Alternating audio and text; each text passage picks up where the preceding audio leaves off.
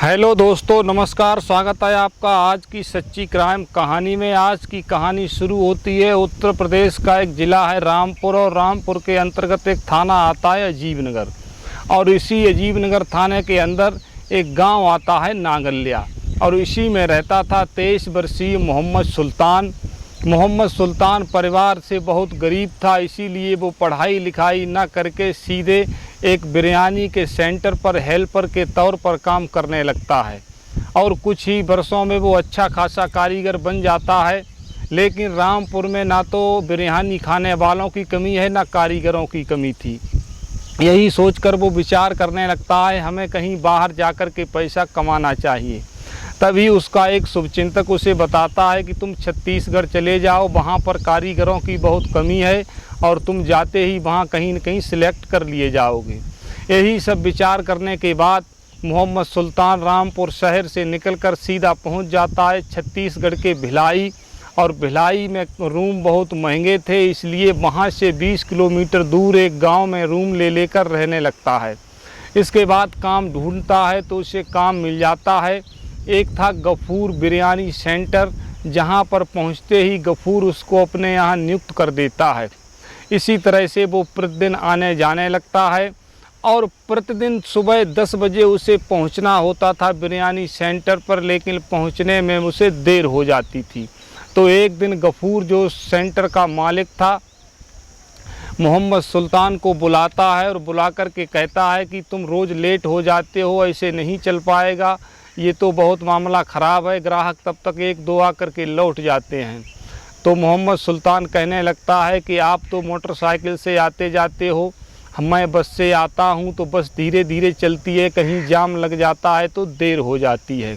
तो गफूर उससे कहता है एक मोटरसाइकिल मेरे पास ख़राब पड़ी हुई है, और उसी मोटरसाइकिल को तुम बनवा लो और उसी से आते जाते रहना, और प्रतिदिन मैं तुमको 1 लीटर पेट्रोल दिया करूँगा। इतनी सब बात होने के बाद सुल्तान वहाँ से निकल जाता है, और अपने काम करने की जगह जब पहुँचता है तो वहाँ पर उसके 3 हेल्पर थे, और चौथी थी एक 40 वर्षीय महिला जिसका नाम था इमराना। वो आटा गूँथने का काम करती थी। तो इमराना जैसे ही उसको देखती है तो कहने लगती है कि हम सब अगर लेट हो जाएं तो गफूर भाई डांट लगाते हैं, और तुमको डांट भी नहीं लगाई, ऊपर से प्रतिदिन 1 पेट्रोल और मोटरसाइकिल देने का वादा कर दिया। तो सुल्तान कहने लगता है कि इमराना तुम्हें नहीं मालूम है, कोई व्यक्ति किसी से नहीं खुश होता है लेकिन उसके काम से खुश हो जाता है। तो इमराना कहती है मैं नहीं काम करती हूँ क्या? तो सुल्तान कहता है तुम आटा गूंथती हो, ये भी कोई काम है? ये तो प्रत्येक व्यक्ति कर सकता है। तो इमराना कहती है तुम जितना ये कबाब और बिरयानी बनाते हो, तुमसे अच्छी बिरयानी और कबाब मैं बना सकती हूँ।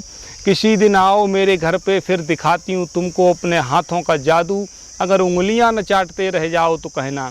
इसके बाद दोनों अपने अपने काम में जुट जाते हैं और काम करने लगते हैं। इधर समय बीतता जाता है। इमराना के 2 बेटियां थीं। एक बेटी की उम्र 18 साल थी और एक बेटी की उम्र 14 साल थी, और उसके पति का नाम इस्माइल था। इस्माइल जो था उत्तर प्रदेश के इलाहाबाद का रहने वाला था, और काम के सिलसिले में भिलाई जाता है और वहीं रहने लगता है। वहाँ का जीवन उसे रास आ जाता है। उसका काम था कॉस्मेटिक के जो सामान होते हैं उनको बेचना। मेला, हाट, बाज़ार में वो अपनी ठेली लगा लेता था, या कहीं पर झोपड़ी नुमा अपना छप्पर तान लेता था और वहीं पर काम करने लगता था। इसके अलावा जैसे जैसे इस्माइल की उम्र अधिक बीतती जाती है तो वो अपनी बेटियों को साथ ले जाने लगता है, और तीनों मिलकर के अपना काम करने लगते हैं। इधर जो इमराना और सुल्तान था, तो इमराना और सुल्तान की बहुत अच्छी बनती थी। दोनों लड़ाई झगड़ा भी करते थे। हालांकि इमराना की उम्र 40 वर्ष थी और सुल्तान की उम्र मात्र भी 23 वर्ष थी। तो वहाँ के जो स्टाफ के लोग थे वो ये सोचते थे कि इमराना अपनी बड़ी बेटे के लिए सुल्तान को सेट कर रही है, लेकिन ऐसा नहीं था। सच तो ये था इमराना स्वयं के लिए सुल्तान को सेट कर रही थी। अच्छा, जो बिरयानी सेंटर था वहाँ पर 4 से 6 बजे आराम करने का टाइम था, क्योंकि ये कोई समय नहीं होता है बिरयानी और कबाब खाने का। तो सभी लोग तो आराम करते थे, लेकिन जो सुल्तान और इमराना थे ये दोनों 4 से 6 बजे के बीच टहलने निकल जाते थे। और टहलकर घूम के 6 बजे तक वापस आ जाते थे। तो एक दिन इमरान सुल्ताना को अपनी बाइक पे बिठाकर ले जाता है, तो उसे प्रतीत होता है कि इमराना बहुत दुखी है। तो सुल्तान पूछता है कि इमराना तुम दुखी क्यों हो? तो वो कहती है कुछ नहीं, तुम्हें क्या इससे लेना देना है, चलो आगे। आगे चल कर के एक दुकान पे पहुंचते हैं और छोटा सा होटल था, वहाँ पर इडली और डोसा का ऑर्डर देते हैं। इडली डोसा खाते हुए सुल्तान फिर पूछता है इमराना आखिर कोई दिक्कत हो तो बताओ, मैं तुम्हारा अपना हूँ। तो इमराना कहती हैं कि तुम मेरे अगर अपने हो तो तुम्हें बता ही देती हूँ, मेरे पति एक मेले में दुकान लगाने के लिए जाने वाले हैं, इसके लिए 60,000 रुपये की आवश्यकता है और मेरे पास एक भी पैसा नहीं है। तो सुल्तान कहता है मैं 60,000 की व्यवस्था तो नहीं कर सकता हूँ, लेकिन जो मुझसे हो पाएगा वो मैं तुम्हें व्यवस्था करके दे दूँगा।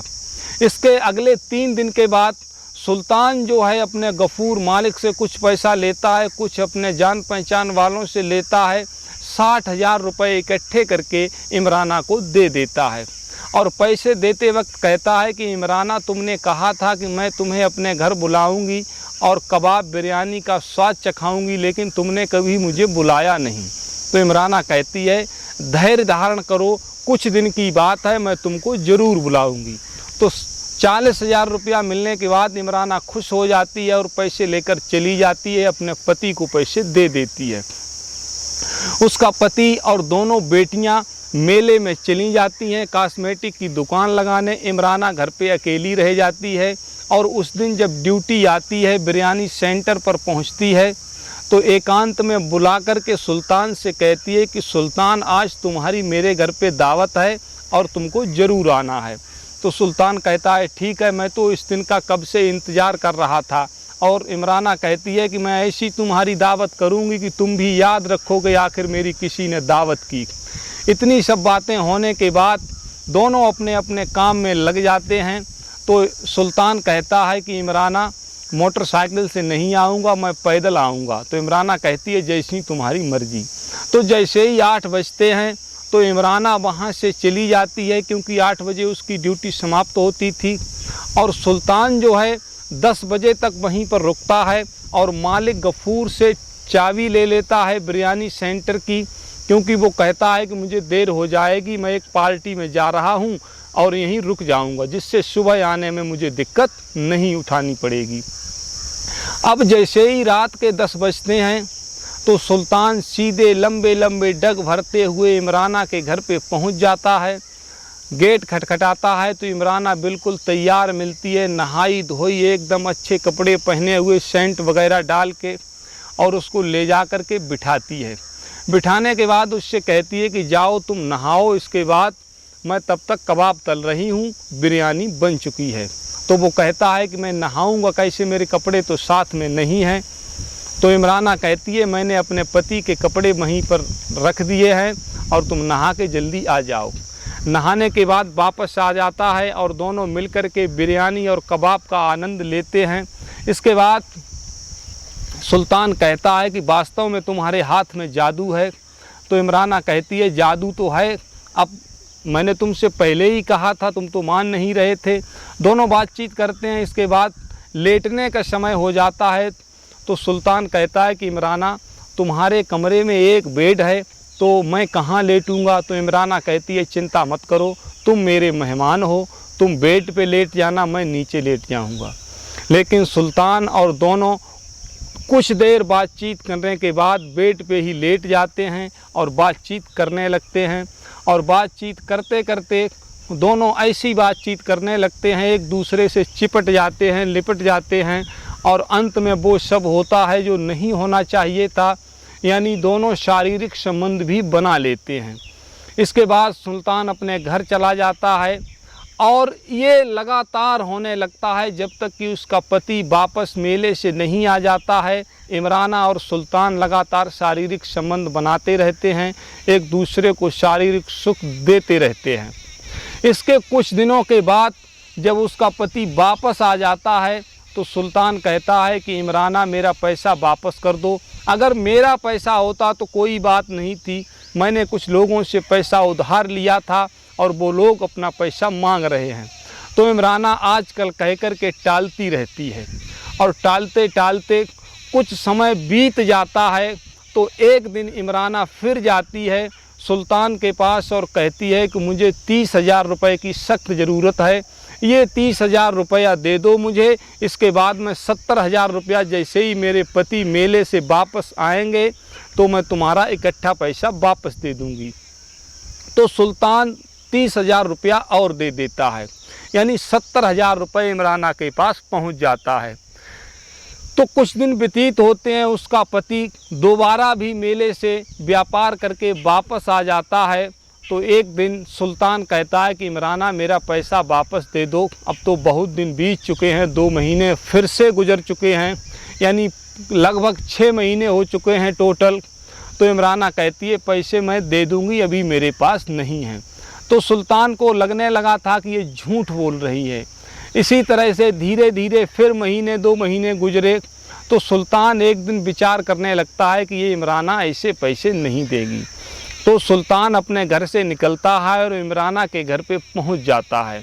और इमराना के घर पे पहुंचकर 23 मई 2023 की बात है, इमराना के घर जैसे ही सुल्तान पहुंचता है तो सुल्तान मन में सोचने का विचार करके वो गया था कि थोड़ा बहुत पैसा जो देगी वो ले लूँगा और इमराना के साथ शारीरिक संबंध बनाऊँगा, इसके बाद वापस लौट आऊँगा।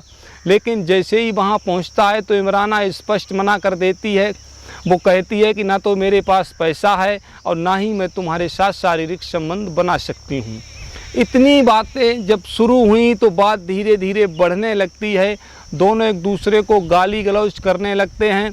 तो इमराना कहने लगती है कि मैंने तुमसे अगर पैसा लिया है तो तुमने मेरे शरीर के साथ खूब आनंद भी लिया है, इसलिए तुम तो मुझसे कहते थे कि मैं तुम्हारे लिए कुछ भी कर सकता हूँ, तो ये पैसा छोड़ क्यों नहीं देते। अब सुल्तान को पूरी तरह से यकीन हो गया कि इमराना पैसा मारने के विचार में है। तो दोनों में गाली गलौज होता है। गाली गलौज के बाद मारपीट शुरू हो जाती है और इसी दौरान सुल्तान वहाँ पर एक चाकू रखा था उसको उठा लेता है और उठा कर के इमराना के शरीर को गोदने लगता है और लगातार इतने चाकू के प्रहार करता है कि इमराना वहीं पर ढेर हो जाती है, हल्की सी सांस चलती रहती है। जब इमराना पर हमला करता है तो शोर मचता है, तो पास पड़ोस के जो लोग थे वो भी इकट्ठे हो जाते हैं और पास पड़ोस के लोगों की हिम्मत नहीं पड़ती है बचाने की। लेकिन एक व्यक्ति जाता है और बाहर से गेट बंद कर देता है। तब तक मकान का मालिक भी आ जाता है और मकान मालिक पुलिस को फ़ोन कर देता है। मौके पर पुलिस पहुंच जाती है और तुरंत ही सुल्तान को गिरफ्तार कर लिया जाता है। गिरफ्तार करने के बाद जब उससे पूछताछ होती है तो वो बताता है कि हमारे और इमराना के बीच अवैध संबंध थे और पूरी कहानी सुना देता है। इधर इमराना को अस्पताल ले जाया जाता है, लेकिन अस्पताल जैसे ही पहुंचती है तो डॉक्टर उसको मृत घोषित कर देते हैं।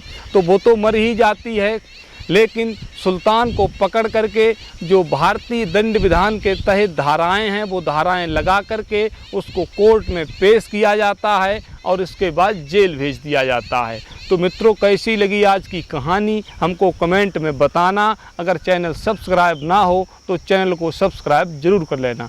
धन्यवाद मित्रों, राधे राधे।